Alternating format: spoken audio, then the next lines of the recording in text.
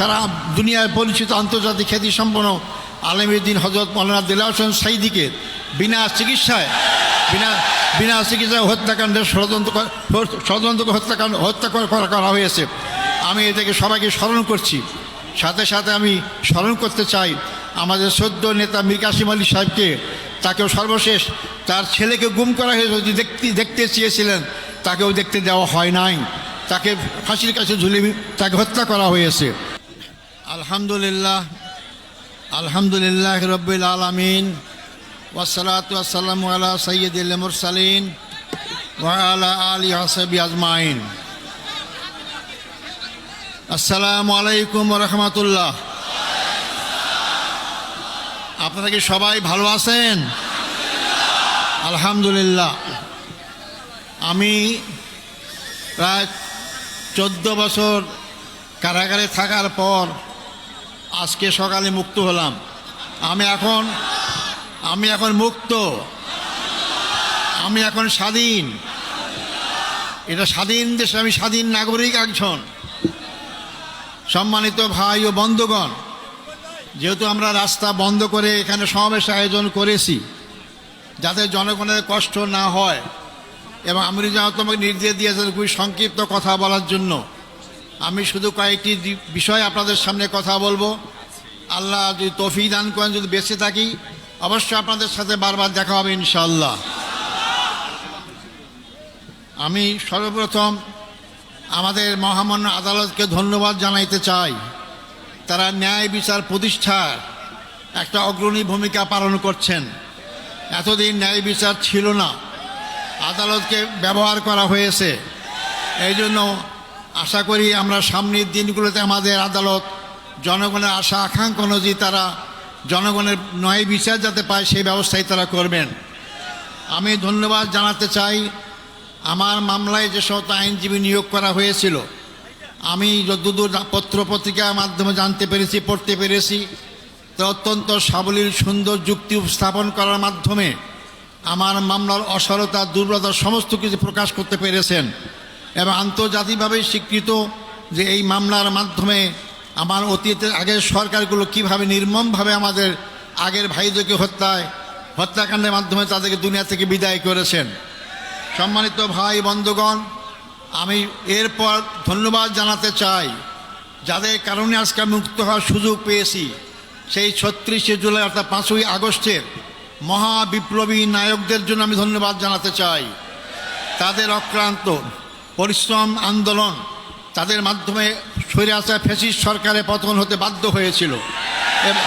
এবং সবচেয়ে আমি ধন্যবাদ জানাবো এই ক্ষেত্রে ছাত্র সমাজকে, যারা অতীতের অহংকার গর্বকে আবার প্রতিষ্ঠা করতে পেরেছেন। ছাত্র সমাজই রাস্তায় রাজপথে নেমে রক্ত ঢেলে তারা এই 14.5 বছরের ফ্যাসিস্ট সরকারের সকল জুলুম অত্যাচারের বিরুদ্ধে জনগণকে সাথে নিয়ে তারা রাজপথে যে আন্দোলন গড়ে তুলেছিলেন, যার কারণে গর্ব গর্ব সব চূর্ণ হয়ে বাংলাদেশ নতুনভাবে স্বাধীনতা অর্জন করতে পেরেছে। আমি ধন্যবাদ জানাতে চাই ছাত্র, যুবক, শিক্ষক, সকল পেশাজীবী, সকল নারী পুরুষ, এমনকি শিশু বাচ্চাদেরকেও আমি দেখেছি তারা রাজপথে সেদিন নেমে এসেছিল। সবাইকে আমি ধন্যবাদ জানাতে চাই।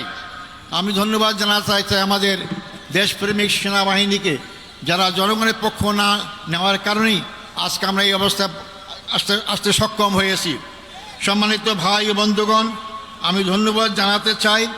আমি দেখেছি, আমাকে বলেছে আমার মুক্তির জন্য আমি একজন নগণ্য ব্যক্তি। অনেকে রোজা রেখেছেন, অনেকে সিয়াম পালন করেছেন, অনেকে মানত করেছেন। আমি তাদেরকে ধন্যবাদ জানাতে চাই। হয়তো ওটা ইসলামী আন্দোলনকে মহব্বত করার কারণেই, ইসলামীদেরকে ভালোবাসার কারণেই এটা অবশ্যই তারা ধন্যবাদ পাওয়ার যোগ্য। আল্লাহ তাকে উত্তম জাযা দান করুক। সম্মানিত ভাই ও বন্ধুগণ, আমি স্মরণ করছি অত্যন্ত দুঃখ বেদনা ভারাক্রান্ত হৃদয় যারা আমার নেতা ছিলেন, সেই নেতাদেরকে অন্যায়ভাবে হত্যা করা হয়েছে, জুডিশিয়াল কিলিং করা হয়েছে তাদেরকে। আমাদের শ্রদ্ধেয় নেতা বাংলাদেশ জামাত ইসলামীর আমির শহীদ মৌলানা মতিউর রহমান নিজামী, আমাদের শ্রদ্ধেয় নেতা জনাব শহীদ আলী হাসান মোহাম্মদ মুজাহিদ, আমাদের শ্রদ্ধেয় নেতা জনাব মোহাম্মদ কামারুজ্জামান, আমাদের শ্রদ্ধেয় নেতা জনাব মোহাম্মদ আব্দুল কাদের মোল্লা, আমাদের শ্রদ্ধেয় নেতা জনাব মোহাম্মদ আব্দুল কাদের মোল্লা।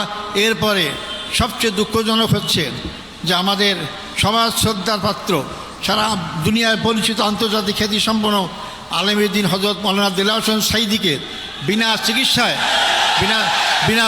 হত্যাকাণ্ডের ষড়যন্ত্র হত্যা করা হয়েছে। আমি এটাকে সবাইকে স্মরণ করছি। সাথে সাথে আমি স্মরণ করতে চাই আমাদের শ্রদ্ধেয় নেতা মীর কাসেম আলী সাহেবকে। তাকেও সর্বশেষ তার ছেলেকে গুম করা হয়েছে, যদি দেখতে চেয়েছিলেন তাকেও দেখতে দেওয়া হয় নাই, তাকে ফাঁসির কাছে ঝুলিয়ে তাকে হত্যা করা হয়েছে। আমি সাথে সাথে জাতীয়তাবাদী দলের নেতা জনাব সালাউদ্দিন কাদের চৌধুরীকেও ফাঁসির কাছে ঝুলানো হয়েছে, আমি সেটাও আমি স্মরণ করতে চাই।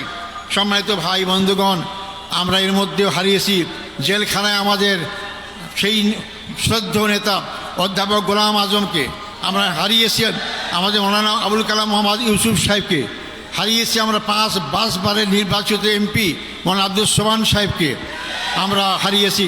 এরপরও আমি বের হয়ে দেখতে পেলাম আমাদের সামনে এখন তারা নেই।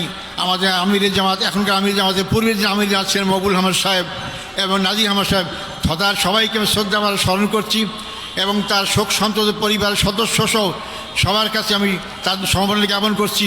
আল্লাহ তাদের সবাইকে ধৈর্য ধারণ করে তৌফিক দান করুক। সম্মানিত ভাই ও বন্ধুগণ, আমি এই প্রসঙ্গে বলতে চাই, এই হত্যাকাণ্ডের সঙ্গে যারাই যে পর্যায়ে জড়িত সবাইকে আইনের আওতায় এসে তাদের বিচার করা হোক।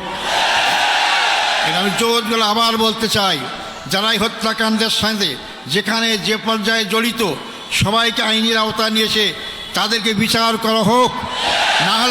না হলে এই খারাপ সংস্কৃতি চালু থাকবে, এখান থেকে বেরিয়ে আসতে হবে আমাদেরকে। সম্মানিত ভাই ও বন্ধুগণ, আমি আপনাদের কাছে অনুরোধ করতে চাই, আমার জন্য আন্তরিকভাবে দোয়া চাই আপনাদের কাছে। আমার অপরাধ কি ছিল? আমার অপরাধ ছিল ওমা নাকামু মিনহুম ইল্লা আন ইউমিনু বিল্লাহিল আজিজিল হামিদ, আল্লাহর প্রতি বিশ্বাস, এটাই তো আমার অপরাধ ছিল, আর তো অপরাধ নাই। আমি তো আপনাদের কাছে দোয়া চাই যে অপরাধের কারণে ফাঁসির কাষ্ট থেকে আছে আমিদের কাছে ফুলের মালা পাচ্ছি, রশি গলা সেরে গিয়ে ফুলের মালা পাচ্ছি, আমি যেন আজীবন সেই ইসলামী আন্দোলনে আমার জীবন থাকতে, রক্তবিন্দু এক ফোঁটা থাকতে এই আন্দোলনেই যেন আমি শহীদ হিসেবে মৃত্যুবরণ করতে পারি, সে তৌফিক আপনাদের কাছে কামনা করতে চাই। আমাদেরকে সবাইকে মৃত্যুবরণ করতে হবে, মনে রাখবেন, আজ হোক কাল হোক মৃত্যুবরণ করতেই হবে, মৃত্যুর হাত থেকে বাঁচতে পারবো না। আব্দুল কাদের মোল্লা ভাই আমার আমির ছিলেন, একটা কথা আমাকে প্রায় বলতে, আজার ভাই আমরা যেভাবে গুনাহগার, আমরা এই সব নিয়ে কাল পরকালে জান্নাত পাবো না, জান্নাত পর একটাই মাত্র পথ, তা হচ্ছে শাহাদাত বরণ করা, তো শাহাদাতই আমাকে জান্নাত দিতে পারে। তাই যে দল, যে জাতি, যে ব্যক্তি শাহাদাত তামান্না করে এগিয়ে যায়, সেই দল, সেই জাতিকে কেউ দমাতে পারে না।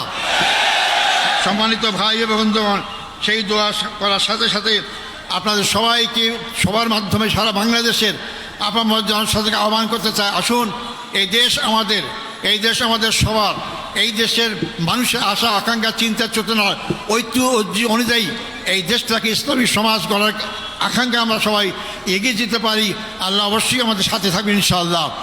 আমি আর বিলম্ব করব না, যেহেতু আপনারা রোদ্রে কষ্ট পাচ্ছেন, আপনারা আমার জন্য দোয়া করবেন।